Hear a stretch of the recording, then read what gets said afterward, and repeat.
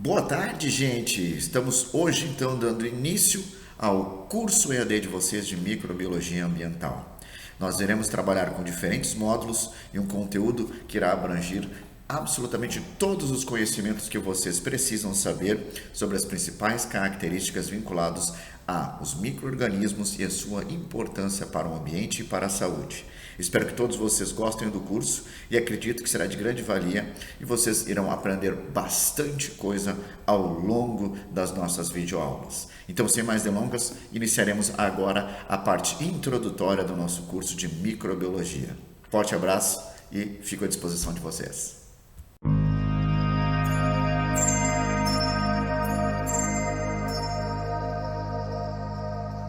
Então, com alguns conceitos básicos e algumas aplicabilidades quanto à questão da importância da microbiologia. Né?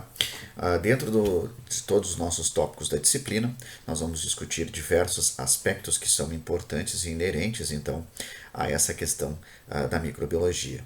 E dentro desse contexto, eu quero abordar com vocês que quando se estuda a questão de microbiologia, nós temos diversos pontos que são interessantes, né? Tanto para aplicação nas questões de biotecnologia, hoje nós temos uma série de ferramentas que são importantes a serem utilizadas com a questão da microbiologia, e o que biologia tem alguns pontos interessantes para nós abordarmos e trabalharmos, né? É exatamente a questão de que a microbiologia e estes micro-organismos vão ser encontrados em absolutamente todos os espaços na qual nós podemos vivenciar. Né? Então eu vou tentar trabalhar com vocês ao longo desta aula introdutória ainda alguns pontos que eu acho importante, né? Sobre o surgimento de novas patologias. Então nós vamos abordar principalmente algumas questões virais nesta parte introdutória da microbiologia, também alguns aspectos inerentes, né, ao desenvolvimento de outras estruturas e outros micro-organismos, na qual vão fazer parte dentro deste nosso bloco aqui da microbiologia, principalmente as bactérias, onde nós vamos ter uma grande característica para o desenvolvimento de infecções, né? A importância da bactéria tanto para processos biotecnológicos também, e alguns outros pontos fundamentais, assim como os fungos também, já organismos eucariontes, com uma caracterização diferente, um tipo de tratamento, um tipo de abordagem também diferenciada, exatamente dentro destes conceitos e destas concepções, né, pessoal, como alguns destes pontos importantes. Lembrando também, dentro desta aula introdutória, se faz necessário nós retomarmos alguns conceitos básicos para que nós consigamos, então, entender o que estão esses micro-organismos e como ficaria mais fácil de nós conseguirmos manejar e fazermos, então, este reconhecimento de maneira direta. Tá? Primeiro ponto, quando nós trabalhamos na questão da introdução à microbiologia, tá? Toda esta parte fundamental na qual nós vamos abordar, é a separação entre dois principais grupos aqui. Normalmente, quando a gente trabalha com a questão então, de dois principais grupos, eu estou abordando um tema básico como uma unidade fundamental, e vocês vão lembrar então destes conceitos trabalhados em biologia celular, na qual nós vamos ter a unidade fundamental sendo caracterizada como a célula. Né? E se pensarmos como uma estrutura específica, como a célula, como a unidade básica e fundamental, nós vamos poder caracterizar então estes dois principais grupos. Os grupos dos procariontes, que são aqueles grupos de indivíduos na qual não vão apresentar uma membrana nuclear, nós vamos ter o seu material exposto de maneira distinta ao longo do citoplasma, com algumas adaptações para que sejam possível e maior viável estas organizações. Entre os grupos de procariontes, da qual nós vamos abordar especificamente e vamos destrinchar com uma maior caracterização por terem uma importância mais significativa e por serem considerados mais comumente os agentes patogênicos, né? Nós vamos ter os grupos das bactérias. Então nós vamos ter uma série de características que vão ser trabalhadas ao longo da disciplina, tá? Dando uma especificidade e uma questão de desenvolvimento de características na qual são importantes para serem trabalhados. E o grupo dos eucariontes, onde nós vamos abordar os fungos também, né? E as suas peculiaridades por serem eucariontes. E um terceiro grupo, que hoje se faz muito presente, inclusive uma das questões mais importantes para nós trabalharmos dentro das nossas chamadas videoaulas aqui, quando nós abordamos o tema de microbiologia, são os vírus, né? Exatamente porque são unidades formadas por material genético, sendo caracterizadas por serem ou, né, de RNA ou de DNA, uma caracterização bem distinta e característica, na qual nós vamos conseguir então fazer estas organizações, tá? Nós temos o vírus normalmente sendo encapsulados ou não, tendo então o material de RNA ou DNA, e também desempenhando um papel muito importante neste processo de desenvolvimento de patologias.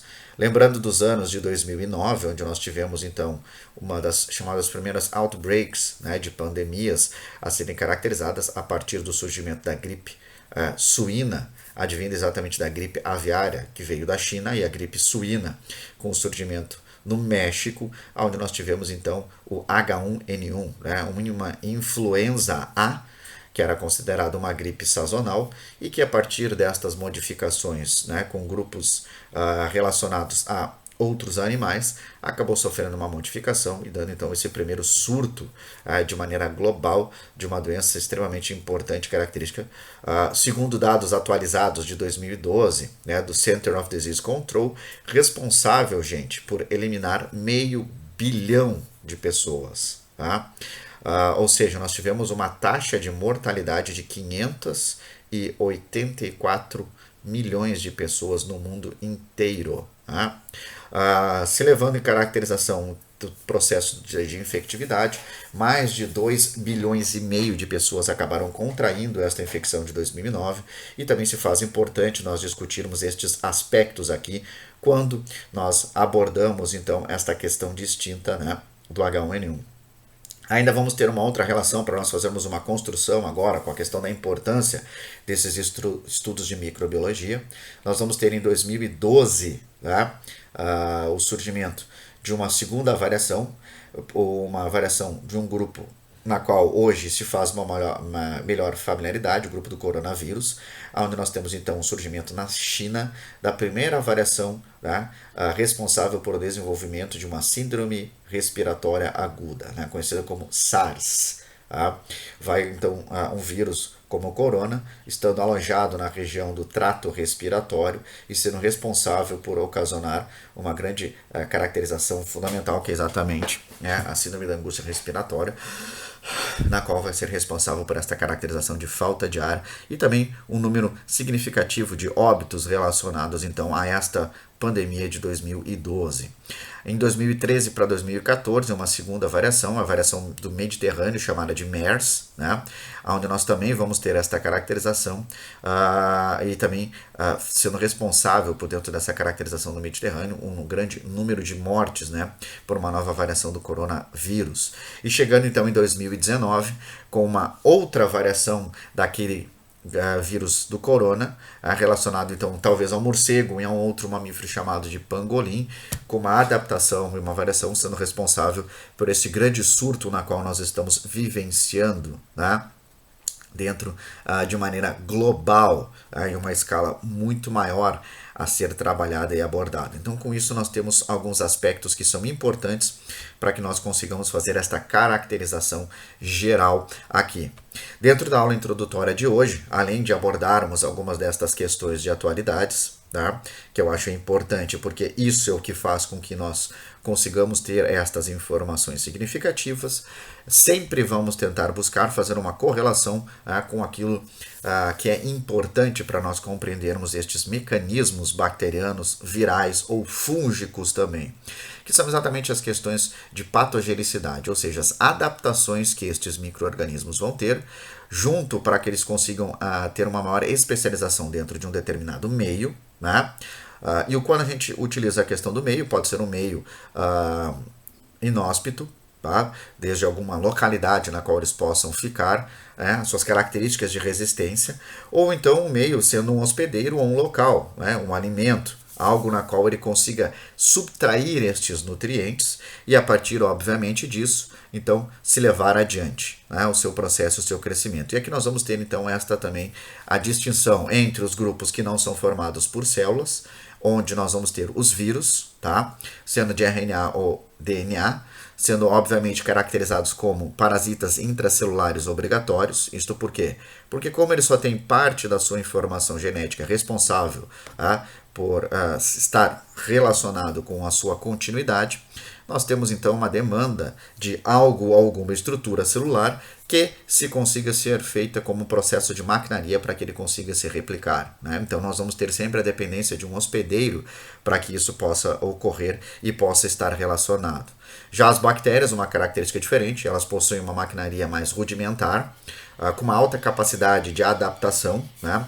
Isso é um outro ponto na qual nós também vamos abordar ao longo da disciplina, essa questão de uma maior adaptabilidade destes micro-organismos como as bactérias, diferente de eucariontes que vão apresentar então um processo de preservação das suas estruturas celulares, através do núcleo, onde eu mantenho uma maior integridade da estrutura do meu material genético, permitindo então com que eu consiga ter uma maior resistência a alterações ambientais, o que nós não vamos visualizar dentro das bactérias. As bactérias por si só, por terem esse processo, essa exposição, estão mais sujeitos, né, a pressões ambientais, alterações ambientais, e com isso, obviamente, tendo a capacidade de se adaptar mais rápido a estas condições, ou então, se não houver esta possibilidade de adaptação, nós vamos ter o processo então de destruição e morte destes grupos microbianos aqui. Por isso a importância de se ter este conhecimento, esta característica. Que tipo de relações nós podemos fazer aqui?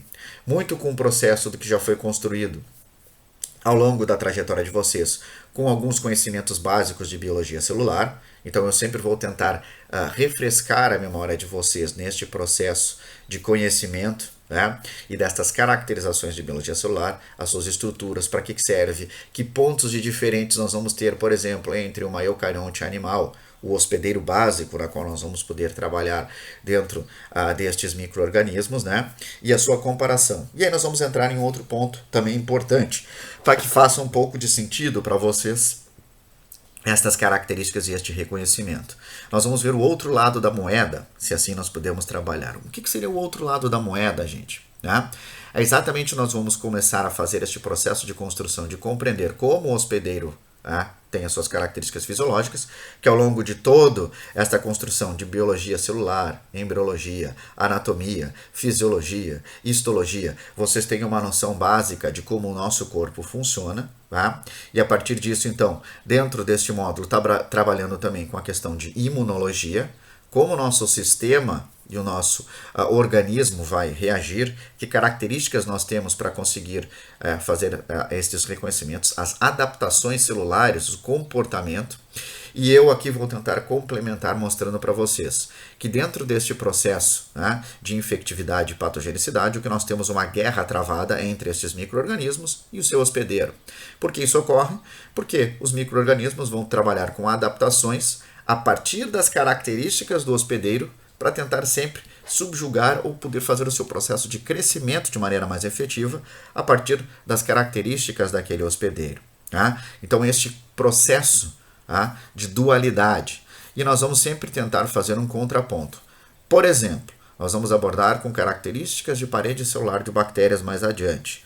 Nós vamos ter uma especificidade interessante, porque dentro dos grupos o processo de produção de açúcares, proteínas, e gorduras, como nós já abordamos na parte de bioquímica celular anteriormente, quando se discutiam então estes fenômenos e estas características aqui, dentro da parte de biologia celular, nós vamos ter uma condição de poder caracterizar a sua especificidade, por assim dizer, ou maneira única como as bactérias se comportam. Por quê? Porque a partir disso nós vamos saber que as bactérias, por terem uma maquinaria diferente, vão organizar os carboidratos, as proteínas e as gorduras diferentes do que nós vamos ter no nosso corpo. Tá, professor, isso é muito legal, muito interessante, ou talvez não, muita informaçãozinha aqui, informaçãozinha ali, mas eu não estou conseguindo entender onde é que você quer chegar. Gente, a partir deste processo de saber que a bactéria ela vai produzir carboidratos, proteínas e gorduras, ela não produz da mesma maneira que nós.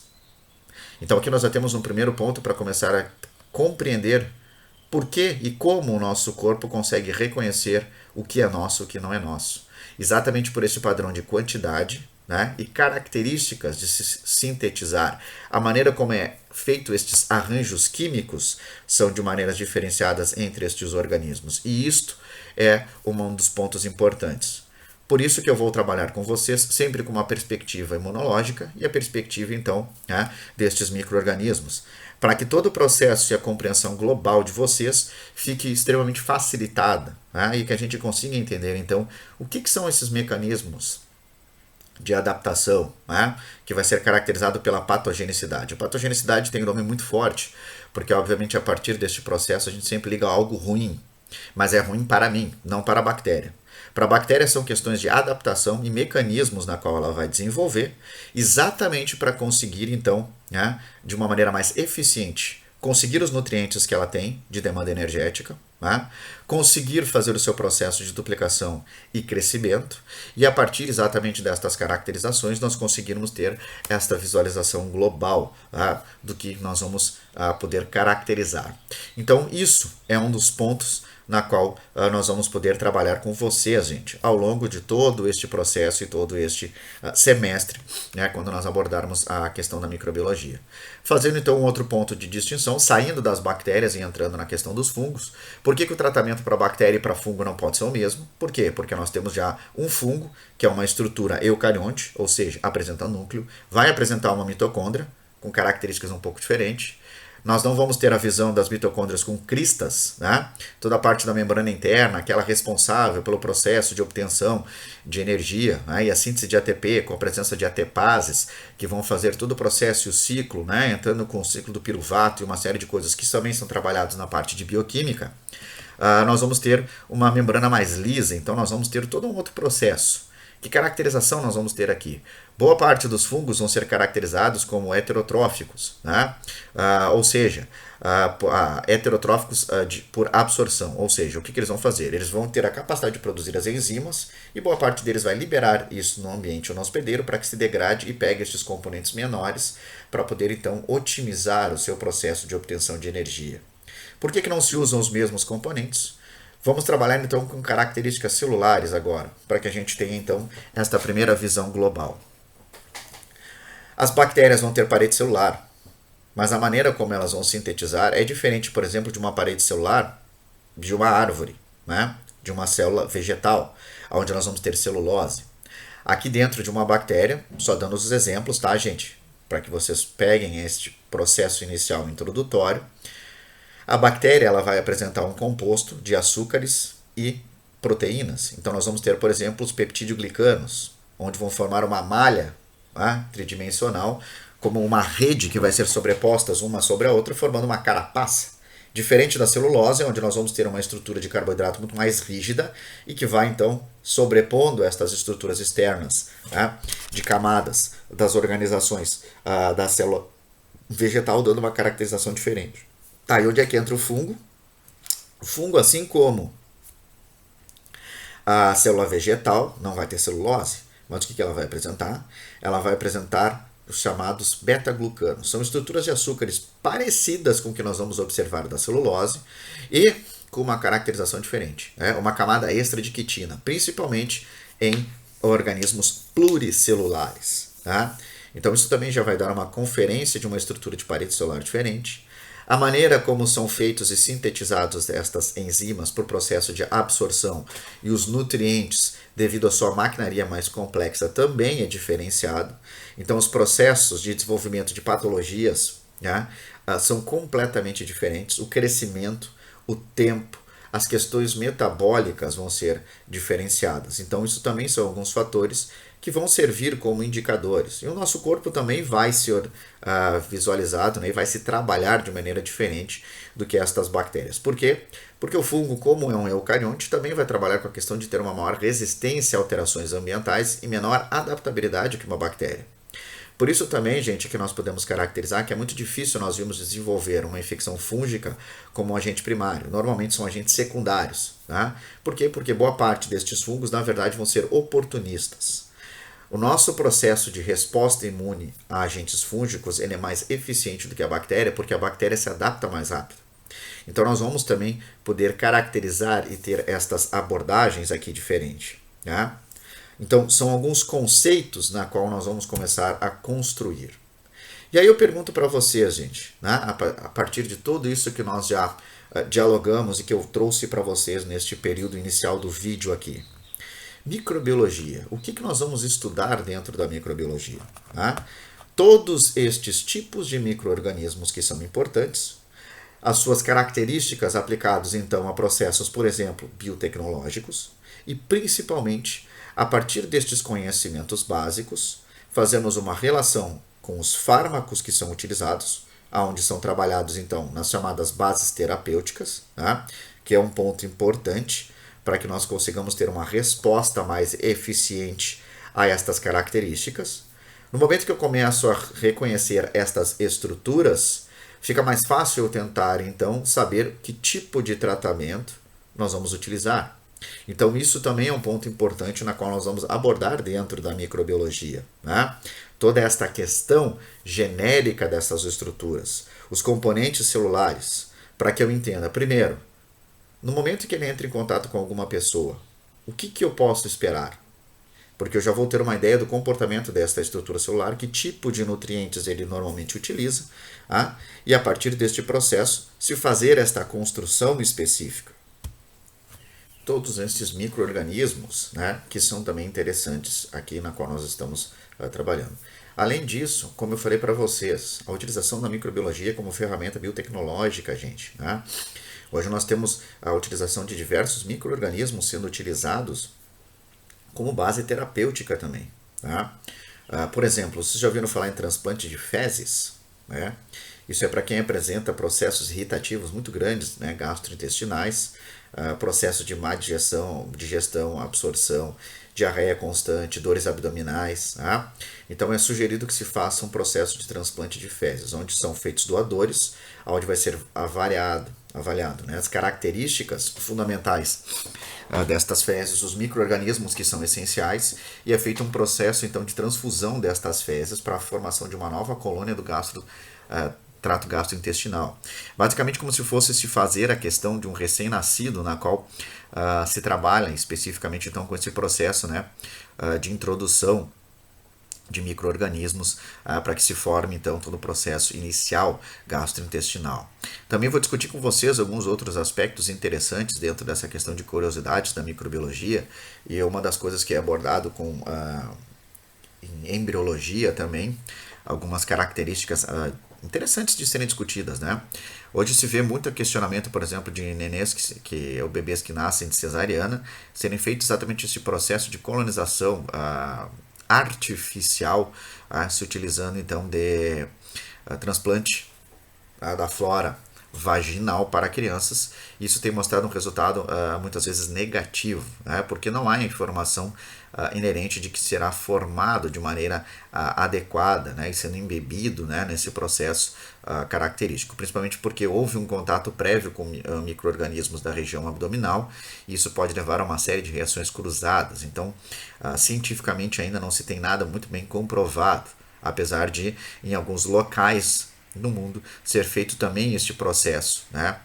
O transplante de fezes, como eu estava comentando com vocês, o que vai ser feito? Nós vamos ter um doador que precisa ter uma flora, né?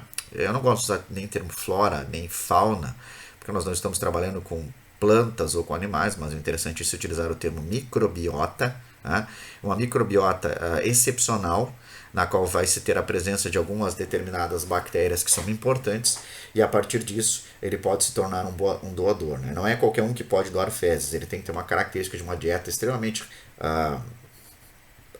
adequada, né, e condições fisiológicas perfeitas para que ele possa ser considerado então um bom doador de fezes e poder então fazer esta doação destes micro-organismos a parte da microbiota para recolonizar. Outro ponto legal, gente, de nós podermos ser trabalhado. Para quem nunca se deu conta, todo o processo de terapia gênica, né, boa parte deles vai se utilizar de uma bactéria, que é muito comum e muito fácil de poder ser manipulada, especificamente, porque vai ter então a alteração de conseguir se mexer de maneira mais facilitada, né, se permite esse processo de crescimento por suas características celulares, de ser principalmente anaeróbica facultativa, ou seja, ela consegue crescer tanto com oxigênio ou sem. Então isso facilita o processo de visualização de um meio de cultura, e também porque ela tem uma característica de uma taxa de geração ou crescimento, ou seja, o seu processo de duplicação ocorrer a cada 20 minutos. Nós estamos trabalhando então de uma bactéria muito importante, também responsável por uma série de casos de infecção gastrointestinal, que é a Escherichia coli, na qual nós vamos poder abordar aqui e trabalhar. A Escherichia coli ela vem sendo utilizada desde o final dos anos 90 e início dos anos 2000, principalmente naquela parte do boom, quando se teve então o processo do mapeamento genético e toda a caracterização importante com o genoma humano. E eu digo isso por quê? Porque a partir daquelas características genéticas e todos esses processos de ferramentas de biologia molecular, conseguiu descobrir-se várias doenças que são relacionadas a esse processo. Professor, mas onde é que entra a Escherichia coli? Bom, a Escherichia coli, como eu já tenho noção, foi feito então todo o seu processo de mapeamento do seu único cromossomo. Bactérias só vão ter um único cromossomo circular principal. E também é uma bactéria que aceita muito facilmente o que são chamados especificamente de materiais extracromossômicos, os plasmídios, na qual são comuns de serem utilizados. Como são fáceis de crescer em qualquer hospedeiro, tem uma taxa de crescimento muito rápida, não deixam de ser uma fonte extremamente boa e precisa para poder ser feito o processo então de interação como um vetor para a terapia gênica, onde são incluídos plasmídios que vão fazer com que a pessoa acabe sintetizando proteínas que ela não teria capacidade, ou até a própria inserção dentro do seu material nuclear, permitindo então por um período de tempo que efetivamente nós consigamos ter um processo de desenvolvimento. Além disso, como ferramentas de biotecnologia, eu gosto de utilizar um bom exemplo, na qual nós participamos efusivamente com a campanha da Lívia Teles, na qual nós podemos abordar. Graças a Deus foi feito então o seu tratamento, agora nós estamos até esperando para ver se o Zolgensma, esta droga que custa em torno de 9 milhões de reais, para poder ser feito o processo, para que se tenha a cura da doença dela, que é a AME, atrofia muscular espinhal, e que possa trazer resultados. Tá, prof, mas o que isso tem a ver com microbiologia? O Zolgensma. O Zolgensma é uma adaptação, e ele é tão caro por quê? Porque são várias coisas. Primeiro, porque foram 2 anos de pesquisa intensas, e que agora o laboratório Novartis vai tentar retirar o investimento que foi feito, de uma maneira precisa. É uma das drogas que por enquanto não existem laboratórios concorrentes, então isso faz também uma demanda de livre mercado, na qual nós estamos acostumados, e também porque é utilizado ferramentas e tecnologias onde, ao invés de uma bactéria, por exemplo, é utilizado um adenovírus. Então, o adenovírus vai ser carregado então, com estas características de proteínas, na qual quem apresenta AME não tem a capacidade, não é qualquer um que pode fazer o tratamento, tu precisa ter uma especificidade para saber se vai conseguir aceitar a presença do vírus, se o vírus vai conseguir se replicar, Então tem que ter algumas condições genéticas e até algumas condições de resposta imunológica que permitam a aplicação nesse processo de tratamento. Isso também tem a ver com microbiologia, porque, assim como eu falei para vocês, nós temos um ponto importante e interessante, que são esses tipos de ferramentas, transplante de fezes, terapia gênica, que possam ser utilizados como um grande aspecto também, e algumas outras características. Além disso, a utilização de micro-organismos já vem sendo utilizada desde o Egito Antigo como processo importante para a produção de alimentos, a utilização para a formação de queijos, os próprios cogumelos na qual nós ingerimos, que fazem parte então, da culinária, professor, culinária oriental, como mais comum. Então nós vamos ter shimeji, shiitake, champignon, sendo introduzido então também um pouco mais na questão da culinária francesa, algumas outras introduções importantes, onde nós temos um fungo característico, na qual nós vamos ver todos eles basidiomycetos, então são interessantes. Depois nós vamos abordar estas outras características também no processo de fermentação alcoólica, formação de cervejas, vinhos, se utilizando de um fungo também, Saccharomyces cerevisiae, aonde vai se fazer todo o processo fermentativo. E aqui é diferente também para nós depois abordarmos. Por que não são utilizados bactérias nesses processos fermentativos? Especificamente porque nós vamos abordar depois, nós temos uma característica dentro das bactérias que é o chamado metabolismo intermediário. Ou seja, são diferentes rotas para chegar ao mesmo destino. E boa parte desses processos de rotas diferenciadas não há um processo de formação de fermentação alcoólica, mas um processo de fermentação ácida. Tá? Então nós vamos ter a caracterização de formação de ácidos aqui, né? Ou vinagres especificamente, acetatos, ou estas características que não são muito utilizáveis e não têm um paladar mais acentuado para que isso possa ser feito. Até a própria utilização, por exemplo, do molho shoyu vai ter características de fermentação também e a utilização de alguns micro-organismos, né? Outras adaptações, a calça jeans na qual nós utilizamos, o chamado antigamente os stoned washed. O jeans, quando foi descoberto, ele era utilizado por mineiros, era um tecido extremamente duro e rígido, mas tinha alta resistência. Se fazia então um processo para se amolecer e poder se fazer esta caracterização, se lavando ele com pedras para que ele pudesse amolecer. Hoje se usam então outros tipos de micro-organismos, são alguns tipos de fungos, né, na qual vão fazer o processo de degradação deste tecido e deixando ele mais macio e mais maleável para que ele possa ser utilizado. Então nós também temos esta caracterização e este ponto importante, tá? Como alguns destes fatores na qual nós vamos abordar dentro dessa questão da microbiologia. Tá? Então uma série de características importantes de uma série de processos. Tudo isso começa lá com Heinrich, né? Em meados, especificamente, Paul Heinrich, né? Que foi o primeiro a descobrir um agente antimicrobiano, tá? Em 1910. Um composto eficaz contra espiroquetas, que era causadora de sífilis. Também nós vamos ter Alexander Fleming em 1928, gente, com a descoberta especificamente da penicilina aqui. Em 1935, Gerhard Domenech, que descobriu a streptomicina, e uma série de outras que são importantes e que vão trabalhando então com a questão da época áurea e algumas questões de história também para nós podermos trabalharmos e abordarmos aqui. Quando eu falo para vocês na questão do conceito de microbiologia, como o próprio nome diz e a própria caracterização, a microbiologia vai se trabalhar com micro-organismos, né, ou estrutura de organismos extremamente pequenos ou microscópicos. Alguns possivelmente visualizados em microscopia óptica, não traz muitas informações, principalmente as bactérias. Os fungos nós conseguimos visualizar melhor, porque são estruturas mais complexas, mas a maioria é visualizada em microscopia eletrônica, servindo como um padrão e um parâmetro para estas visualizações, né?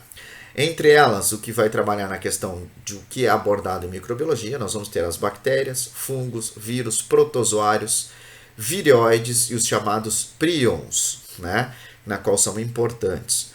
Para nós fazermos uma caracterização e uma diferenciação, gente, vireoides é um tipo de vírus, tá? Ele é diferente, eles são os menores sistemas genéticos visualizados, que se replicam dentro do interior da célula, estão caracterizados por serem infectivos principalmente do reino vegetal, são formados por minúsculas partículas de RNA de fita simples circular, com um tamanho em torno de 246 a 401 nucleotídeos, o que é 10 vezes menor do que o menor genoma viral que nós vamos ter visualizado. Então, são características diferentes. O que separa o vireoide do vírus, por exemplo? Os vireoides eles não conseguem codificar proteínas, não possuem capa proteica, que é comum de se ver, uma cápsula proteica que vai envolver o ácido nucleico viral, são totalmente dependentes da maquinaria transcripcional da célula do hospedeiro para poder fazer isso. Então eles também são considerados extremamente mais dependentes desse processo das estruturas celulares. Quando nós trabalhamos com prions também são uma característica importante, porque não são nem RNA e nem DNA, na verdade são proteínas que se comportam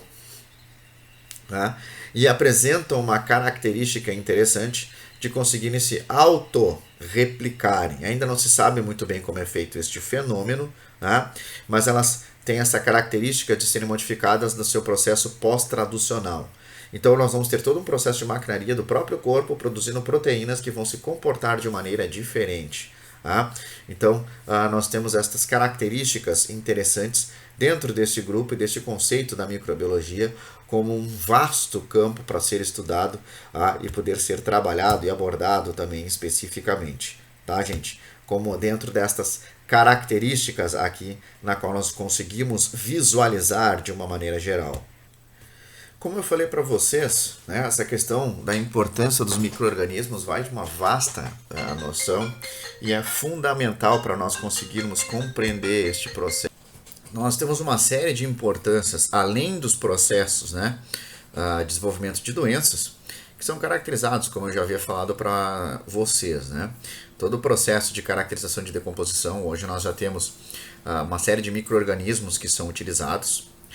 Vou trabalhar bastante com vocês isso, mais por questão de curiosidade, né? Isso é muito mais importante para quem se aborda na questão ambiental do que na questão da saúde. E o nosso foco aqui é especificamente saúde, mas eu acho interessante nós trazermos estes conceitos para que nós possamos então ter uma noção de como são feitas essas coisas, né? Mas para dizer para vocês, por exemplo, se eu tenho derramamento de petróleo, né, em alguma área costeira, normalmente se utilizava uma série de equipamentos e produtos químicos para poder fazer a retenção e a retirada.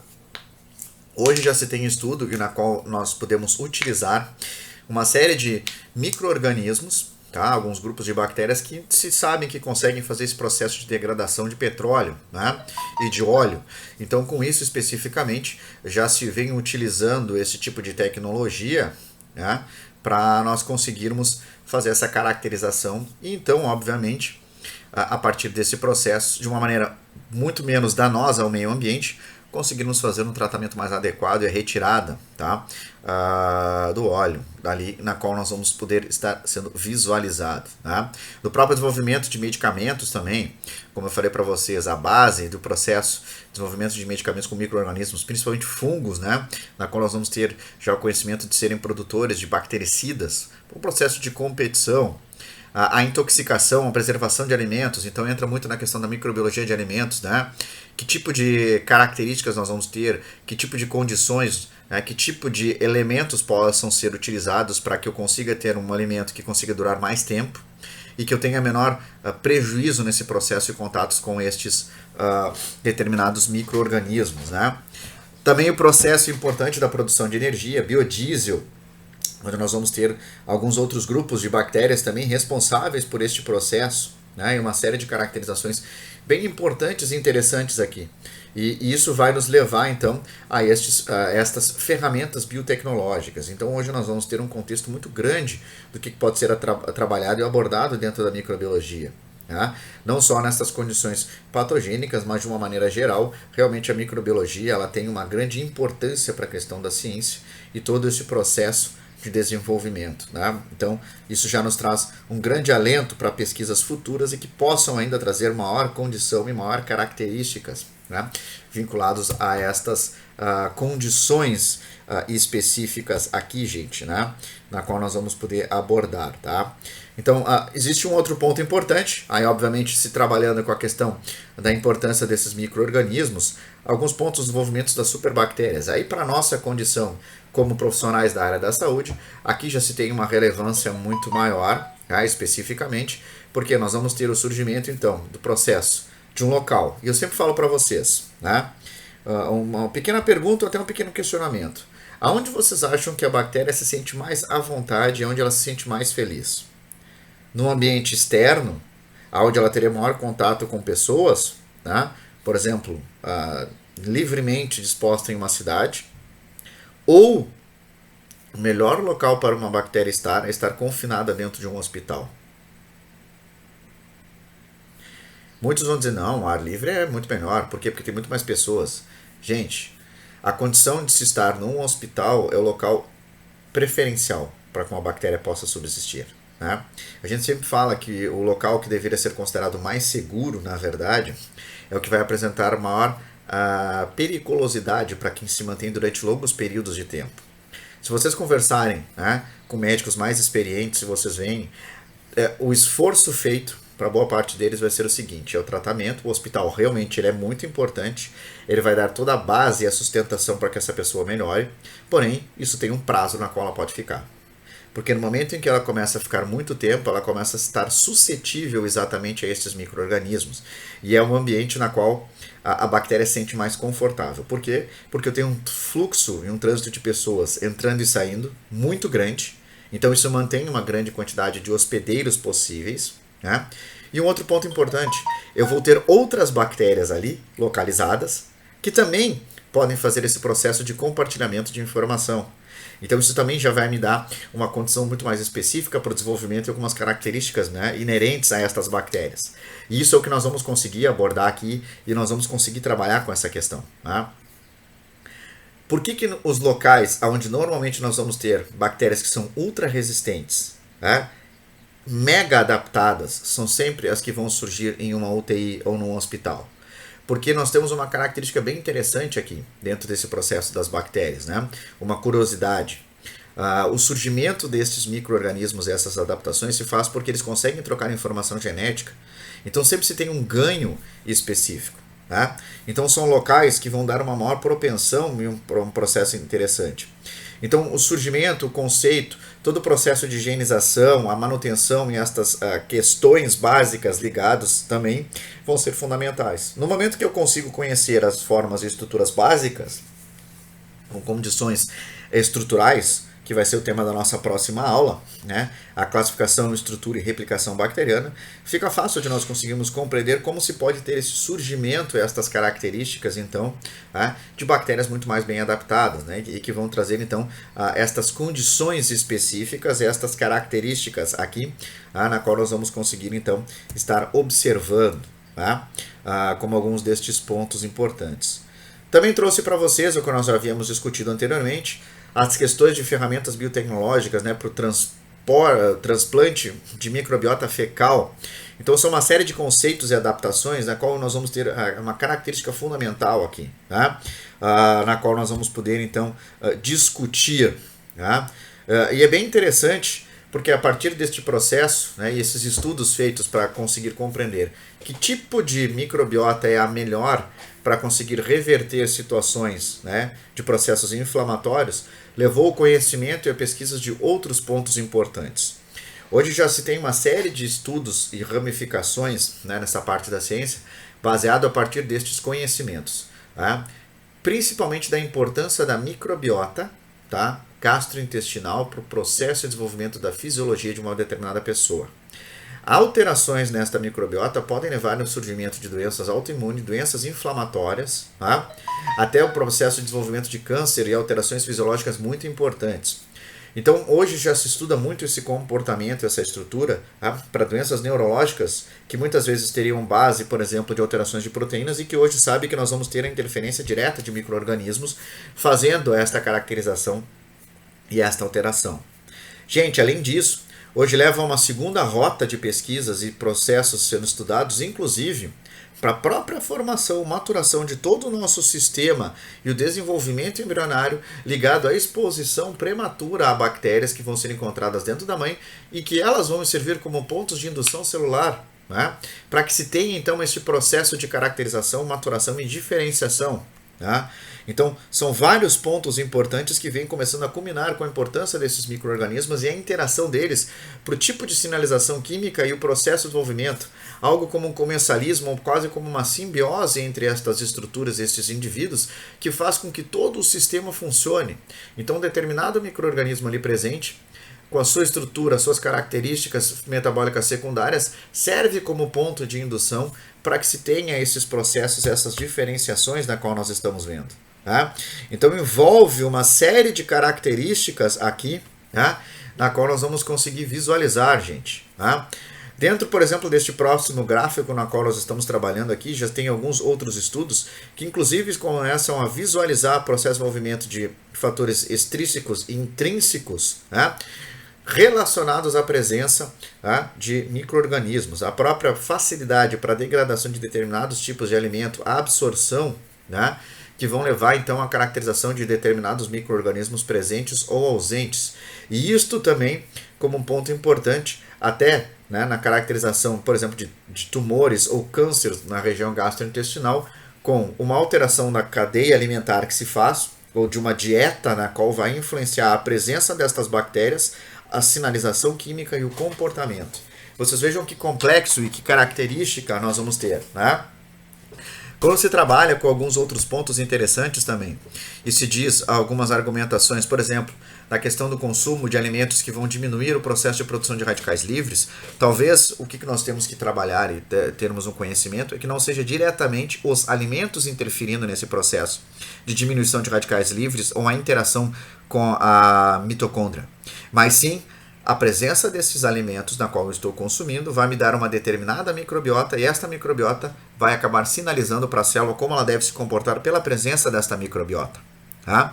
Então, são esses fatores que são bem interessantes e que vão nos levando a começar a ter um conhecimento da interferência de que micro-organismos podem ser muito mais complexos do que a gente imagina, do que simplesmente a presença de uma determinada bactéria vai estar ligado com o processo de desenvolvimento de uma doença. Enquanto nós sabemos, a partir desta caracterização, de que não é bem assim. Nós vamos ter uma série de outros fatores aqui interligados que vão acabar então combinando com este processo e esta informação. Né?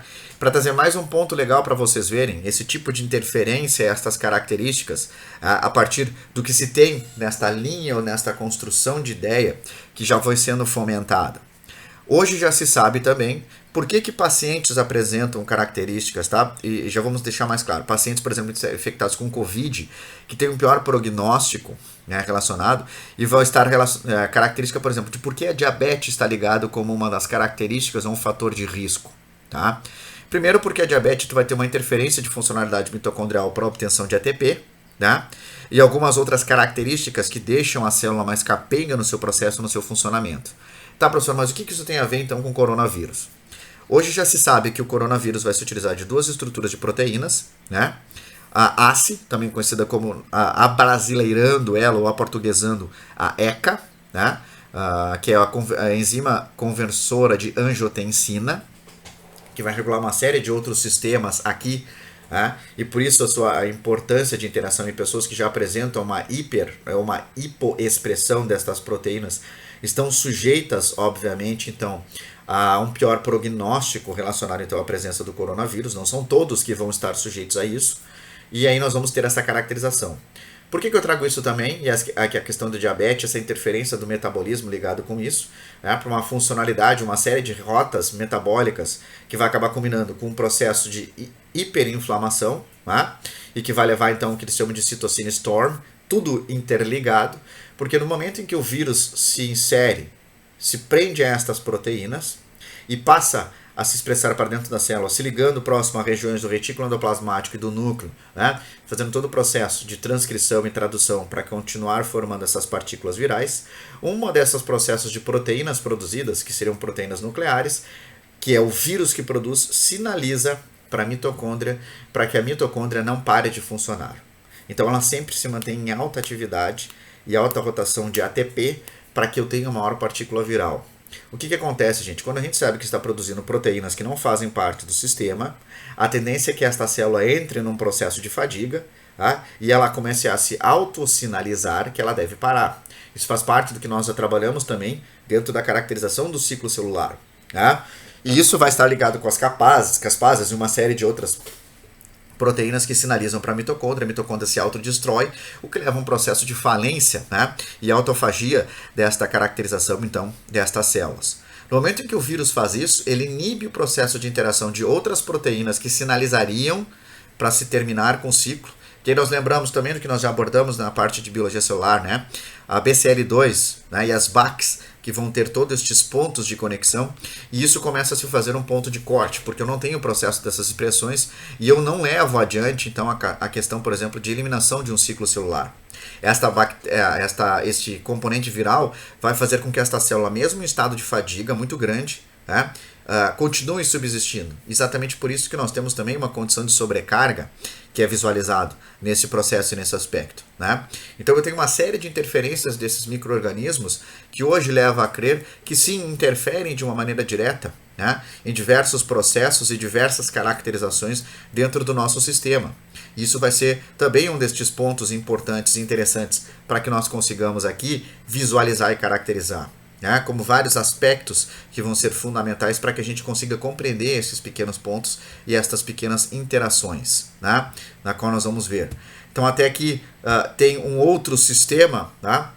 Como eu comentei com vocês, esta pequena imagem aqui mostra a questão da que a microbiota regula basicamente as funções metabólicas do hospedeiro, né? Então ela controla a fisiologia em diversos níveis, né? Então vai ser uma série de proteínas que vão ser estimuladas pela presença destes micro-organismos, né? E que vão interferir inclusive na funcionalidade intestinal, por exemplo, para permeabilidade, né? Interação, isso levando para sinalizações diferenciadas, né? E levando a características estruturais muito maiores que vão regulando o nível, na verdade, então de ganhos de ATP, síntese de proteínas e, obviamente, isso tudo leva toda a funcionalidade, né, e a demanda de energia para a célula de uma maneira geral. Por isso que começa também a se imaginar que talvez as dietas estão ligadas, né, não só a questão dos alimentos, quanto a questão do seu valor nutricional, mas o quanto estes alimentos têm uma disponibilidade específica, né, de nutrientes para estas bactérias, e a partir disso, no momento em que eu começo a alterar a minha nutrição, eu não altero diretamente a minha fisiologia, mas as bactérias que ali subsistem junto comigo. Estas bactérias, devido à característica ali, vão me dar uma condição X de resposta fisiológica.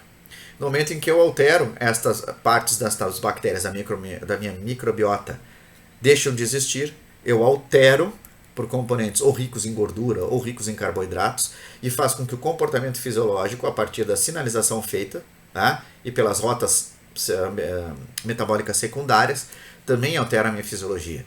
Então é um sistema bem complexo que hoje começa a se tentar a desvendar para nós conseguirmos compreender estes processos e essas características.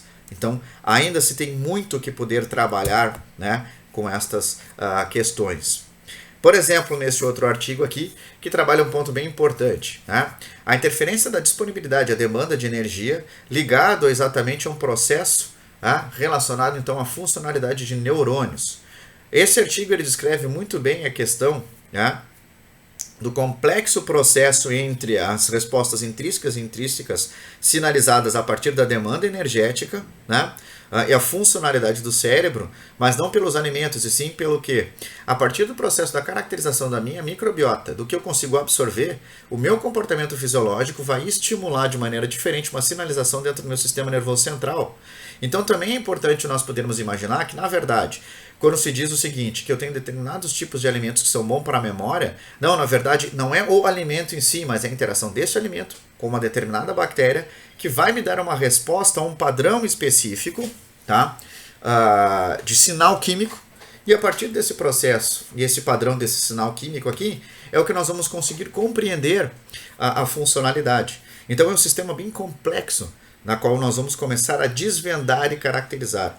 E vocês vejam que esses tipos de ferramentas aqui, nós não vamos trabalhar só com a questão de patologia. No momento em que eu consigo reconhecer que tipo de padrão de microbiota poderia ser considerado melhor, nós já conseguimos então pegar pacientes ou pessoas que possam ter, por exemplo, doenças neurodegenerativas e um tratamento alternativo no momento em que eu tento compreender que, por exemplo, o acúmulo de gangliosídeos dentro da região do sistema nervoso central, que ainda ele é um fenômeno na qual nós não conseguimos descobrir, talvez esteja relacionado com o fator dieta e microbiota. Se eu começo a interferir nesta base, talvez os tratamentos para que eu se utilize de diferentes tipos de drogas, eu consiga prolongar a vida, inclusive até retardar estes processos, se alterando os comportamentos dessas microbiotas, que obviamente vão levar a um comportamento da fisiologia destes determinados pacientes de maneira diferente. Então vocês vejam que interessante e o quão complexo esse sistema é, para que nós começamos, né, a fazer estas junções e estas caracterizações. E são pontos simples e triviais, que muitas vezes a gente não leva em conta, mas o quão complexo é que possa então nos dar resultados extremamente positivos em pesquisas futuras, né? Na qual nós vamos conseguir então aqui caracterizar e visualizar. Isso tudo demanda muito estudo e muita pesquisa, e eu acho que é um dos pontos mais importantes e interessantes de serem discutidos dentro de uma disciplina, né, de microbiologia. Não é só a questão da patologia, mas a interferência e todo este mecanismo complexo e estas interações, estas conexões entre estes agentes que vai acabar então dando esta interferência. E isso é o que vai nos levar a conseguir compreender como esse sistema realmente funciona, né? E que características importantes nós precisamos estar cuidando para se levar adiante esse processo e estas características. Além disso, obviamente, nós temos um outro ponto importante, e aí eu sempre gosto de trazer, e aqui o legal não é se dar a caracterização ou dar um seu ponto de vista. Eu acho que além de tudo isso a gente tem que ter um pouco de impessoalidade, a gente não pode... obviamente o ponto de vista é importante, né, das nossas percepções das coisas, porque isso é o que vai formando o caráter dos alunos, mas também para que não se tenha aquela influência ou algo, eu sempre trago alguns pontos que eu acho legal de poder ser discutido, né, com algumas questões quando se fala do surgimento de novas patologias ou novas doenças, né. Então, é legal de poder ser discutido isso também. A própria ferramenta da microbiologia, hoje se tem todas aquelas teorias da conspiração, né, para processos de armas biológicas, né, que seriam o surgimento então dessas guerras limpas, onde não seriam disparados tiros, eu simplesmente teria inoculado em um pequeno frasco, né, um meio de cultura especificamente, ou alguém que vai surgir como voluntário enlouquecido, vai para uma determinada localidade, deu um pequeno espirro no ar, tchim, e seria suficiente para começar a contaminar uma cidade inteira, uma alta taxa de mortalidade, e eu jamais seria considerado como responsável por isso, né? Então o surgimento destas armas biológicas aqui, que também vem sendo trabalhado e vem sendo travado, né, aos longos dessas teorias das conspirações. Eu digo isso para vocês porque tem uma série de peças que são legais de serem discutidas e algumas coisas e alguns fenômenos realmente até hoje não se sabe muito bem ou não conseguiu se explicar. O ponto mais legal e interessante é que existe uma bibliografia um pouco mais vasta devido ao seu tempo. Quando se trabalha com H1N1 de 2009, né, uns pontos bem importantes. A cepa que surgiu agora em 2009, que é do influenza A H1N1, já é um vírus comum, considerado inclusive sazonal, mas o que ele apresentava de diferente? A presença, então, de fragmentos, né, de hemaglutinina e neuraminidase do porco e da ave. Então são duas estruturas de proteínas diferentes que acabaram então fazendo com que esse vírus seja caracterizado especificamente aqui como um ponto, né, diferenciado para o processo de desenvolvimento de infecções dentro de uma população. Mas o que chamou a atenção, gente? No primeiro surgimento dessa de 2009, nós tínhamos uma característica interessante, né? A faixa etária das pessoas que morriam não eram os idosos, que é o de se esperar devido à sua baixa capacidade imunológica. O que nós tínhamos primeiro eram normalmente crianças abaixo de 1 ano, tá? Na verdade de 0 a 5 anos como principal faixa etária de taxa de letalidade mais elevada, né?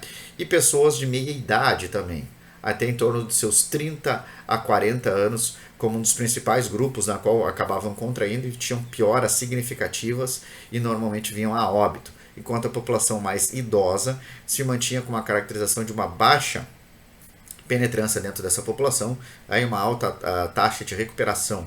Então isso levou algumas pessoas a tentar entender como é que tu tem um novo vírus e tu teria um grupo de risco, que é exatamente a questão da idade, tá? Está relacionado então com esse processo e essas caracterizações. Bom, o que começou a ser observado e o que começou a ser buscado, né? Começou a se tentar fazer análises moleculares e se verificou que, na verdade, este H1N1 aqui era diferente do vírus que vinha circulando ao longo dos anos, né? Desde 1950, quando se teve algumas alterações e se teve, então, a modificação do vírus que era sazonal. O vírus que surgiu em 2009, tá? Era um vírus que se teve origem na primeira grande pandemia de influenza, em 1918. Esse vírus ele circulou de 18 a 50 e depois ele desapareceu. E magicamente em 2009 este mesmo vírus ele teve em contato com a ave e com o porco e acabou surgindo um novo processo. O que pode ser trabalhado com isso? Bom, primeiro eu teria uma teoria conspiratória, alguém manipulou ele geneticamente para isso e fez alguns testes, liberando dentro da população. Ou então eu posso realmente ter uma característica interessante. Esse vírus ele pode ter sumido na década de 50, por quê? Porque ele migra para um novo hospedeiro, para a ave, por exemplo, passa a ser mais comum circulante entre as aves e não é mais visualizado entre mamíferos, né, no caso, então placentários como os humanos, tá? Porém, volta a circular de novo nos humanos e se tem um contato com o porco e se tem uma especialização. Então são várias teorias e várias ideias do que poderia estar relacionado. né? O surgimento do ebola também, uma característica em 2017 como uma das grandes infecções também estão relacionadas, né? Sendo bem importante, ocasionando uma série de mortes significativas. E agora de novo com essa nova parte do coronavírus surgindo em Wuhan, o segundo vírus de SARS-CoV que surgiu lá e que levou então a estas questões de teorias da conspiração especificamente, de um local pelo qual possa ter surgido e ter se espalhado, chamado até inclusive de vírus chinês, mas ainda tem muito chão para se trilhar para conseguir tentar fazer estas características e estas identificações. Então ainda vai ser feito uma abordagem e um estudo muito mais abrangente neste aspecto para nós conseguirmos compreender estas questões. Mas também é sempre interessante eu poder trazer estes momentos culturais inúteis dentro da aula, para vocês verem a complexidade e o quanto isso é interessante, o quanto vem sendo estudado estas questões para tentar compreender alguns fenômenos e surgimentos de patologias e que hoje ainda despertam muito interesse, de como isso poderia estar sendo possível visualizado. Nós temos agora, trazendo para mais uma atualidade, foi anteontem o governo chinês havia feito processo de proibição de entradas de carne de frango advindos de Santa Catarina, especificamente porque feito uma testagem no frango e foi visto que ele tem a presença do Covid-19. E aí então o próprio Ministério da Agricultura entrou em contato com o governo chinês e exigiu explicações para dizer o seguinte: olha gente, eu quero que vocês me digam como é que surgiu o Covid-19 nesta carne de frango vinda do Brasil, sendo que aqui ele foi inspecionado, e saiu daqui sem Covid. Os funcionários dos frigoríficos na qual vocês estão relacionados, nenhum deles deu teste positivo. E a gente gostaria de saber como é que vocês conseguiram fazer essa identificação em um frango, sendo que teoricamente ele não poderia ter feito esse processo, essa modificação para um novo hospedeiro especificamente. Então isso leva realmente a muito crer em algumas questões. Talvez os testes realizados da marca chinesa sejam horríveis, sejam muito mal feitos, e boa parte dos positivos se utilizando estes compostos químicos não seja de verdade. Uma série de teorias, talvez esse vírus comece realmente então a ter esse processo de migração para um novo hospedeiro. Então isso tudo gera uma série de desconfianças e outras características, Então, gente, também são alguns pontos bem legais de poderem ser trabalhados. Aqui, como eu já falei para vocês, uma série de exemplos de ferramentas biotecnológicas sendo utilizadas, principalmente a questão do Stoned Washed Genes, onde nós vamos ter esta caracterização, o Stoned Washed se utilizando então principalmente o fungo Trichoderma, que vai conseguir fazer com que você tenha uma série de reações químicas e enzimas com pH, vai fazer com que você tenha um amolecimento, o branqueamento se utilizando peróxido, hoje vocês sabem, por exemplo, aqueles Vanishes, Vanish Poder O2, Omo, ou todos esses branqueadores, na verdade, que não se utilizam hipoclorito para poder fazer isso, porque vocês sabem que o hipoclorito também mancha. Então nós vamos conseguir trabalhar com o seguinte: eu tenho uma roupa colorida e eu gostaria de tirar uma mancha. Se eu botar hipoclorito, eu detonei a roupa. Tiro a mancha, mas eu também tiro a cor, professor. Sim, então hoje se utiliza muito o processo de se utilizar bactérias aeróbicas, chamadas catalase positivas, como esse processo, e a introdução especificamente então de peróxido como agente branqueador e mais seguro que o próprio cloro presente no hipoclorito, e que vai fazer com que eu consiga ter esta remoção. Então são colocados enzimas juntamente com umas estruturas de peróxido que, ao entrar em contato com o tecido, vão poder fazer o processo específico de conseguir então ter esta caracterização. Nós vamos ter ainda o surgimento de novos plásticos se utilizando então de bactérias que possam fazer esse processo de degradação, de biodegradáveis, e uma série de surgimento de ferramentas aqui caracterizados. Como nós já trabalhamos também na parte de embriologia, outro aspecto importante e interessante é a questão da metagenômica, tudo aquilo que eu falei para vocês e na qual nós já trabalhamos. Então essa questão de saber identificar, começou-se com esses estudos de microbioma vaginal dentro da gravidez, conseguiu-se verificar, e a partir disso até inclusive conseguiu-se observar que determinados tipos de alimentos vão interferir na microbiota que está presente. E esta relação da presença dessas características aqui, na qual nós estamos observando, pessoal, como um ponto importante. Então, gente, continuando essa parte, aqui dando um breve histórico que eu acho interessante, não vamos deter muito nisso, Isso é só para a gente ter um aspecto mais geral de conhecimento e algumas informações que são interessantes, né? E como é que funciona tudo isso. Então, onde é que se deu o surgimento dessas principais características na qual nós estamos vendo aqui, os precursores, na verdade, de tudo isso que vem sendo construído dentro da microbiologia começa há muito tempo, né? Então nós temos algumas características já desde cedo de que muitas vezes nem se tinha ideia do que era, mas se trabalhava. Então nós temos a lei do Moisés, né? Do processo de não se comer carne ou alimentos de animais que se escassem para trás. Os judeus não comiam sem lavar as mãos muitas vezes, ao voltar do mercado, se não lavassem, não comiam, entre outras coisas, né? De sempre manter uma higienização, que é um ponto importante.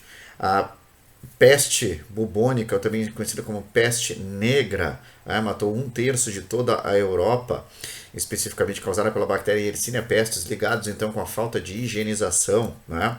Uma grande característica, a pulga do rato como sendo um dos agentes transmissores.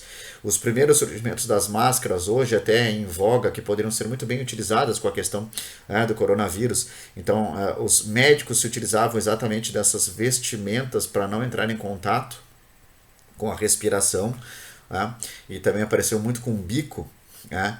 De pato, e na verdade um bico de tucano, podendo ser dito. Na verdade, se tinham óleos essenciais e ervas na ponta, a fim de servir como um processo especificamente de um fator de isolante, né? Quase como um filtro, para que não houvesse contaminação também. Tá? E nós temos o caso de James Greenlee, que eu vou passar ao último ponto, um menino que sofreu uma fratura exposta no acidente de carroça e que estava fadado a morrer devido exatamente ao processo. Mesmo que a cirurgia tenha sido bem sucedida, normalmente quando se faziam os processos de curativo, levavam ao óbito a estas pessoas aqui. Então nós temos um rapaz chamado John Lister, que observou que o ácido carbônico, utilizado na limpeza, e quando se entrava em contato principalmente com a água do esgoto corrente no hospital na qual ele trabalhava, a água que tinha uma aparência turva e com cheiro forte, ela acabava ficando límpida e transparente sem cheiro nenhum. E aí foi ali que ele fez então o primeiro antisséptico a ser utilizado, fez o tratamento então no James, e o James conseguiu ser o primeiro paciente traumatizado com fratura exposta a conseguir se curar especificamente. Surgindo então um primeiro antisséptico chamado de Listerine, como um destes pontos importantes na qual nós vamos poder trabalhar e abordar, né, gente? Então, sendo alguns destes aspectos legais para nós caracterizarmos. Tudo isso vindo, então, obviamente, da chamada idade de ouro da microbiologia, em que é um ponto importante na qual nós vamos poder trabalhar na nossa próxima aula, quando eu vou começar a caracterizar com vocês o postulado de Koch. Não vou também fazer uma videoaula muito grande, muito alongada, para que nós não possamos nos prejudicar. E eu ainda vou trabalhar em alguns outros pontos com vocês aqui, que vão ser fundamentais e importantes para que a gente consiga fazer essa caracterização, tá, gente? Então, espero que vocês tenham gostado do vídeo. Se puderem, deem o seu like, que é importante para nós continuarmos fazendo essas publicações efetivamente. Isso me dá um bom feedback de saber se os vídeos estão bons ou não. E aí nós vamos então dando continuidade a esta parte introdutória e logo em seguida então daremos início à segunda parte, trabalhando então com algumas outras características desses processos então vinculados e caracterizados aqui aos principais pontos na qual nós vamos abordar e trabalhar dentro da questão da microbiologia, gente. Obrigado e fiquem com Deus.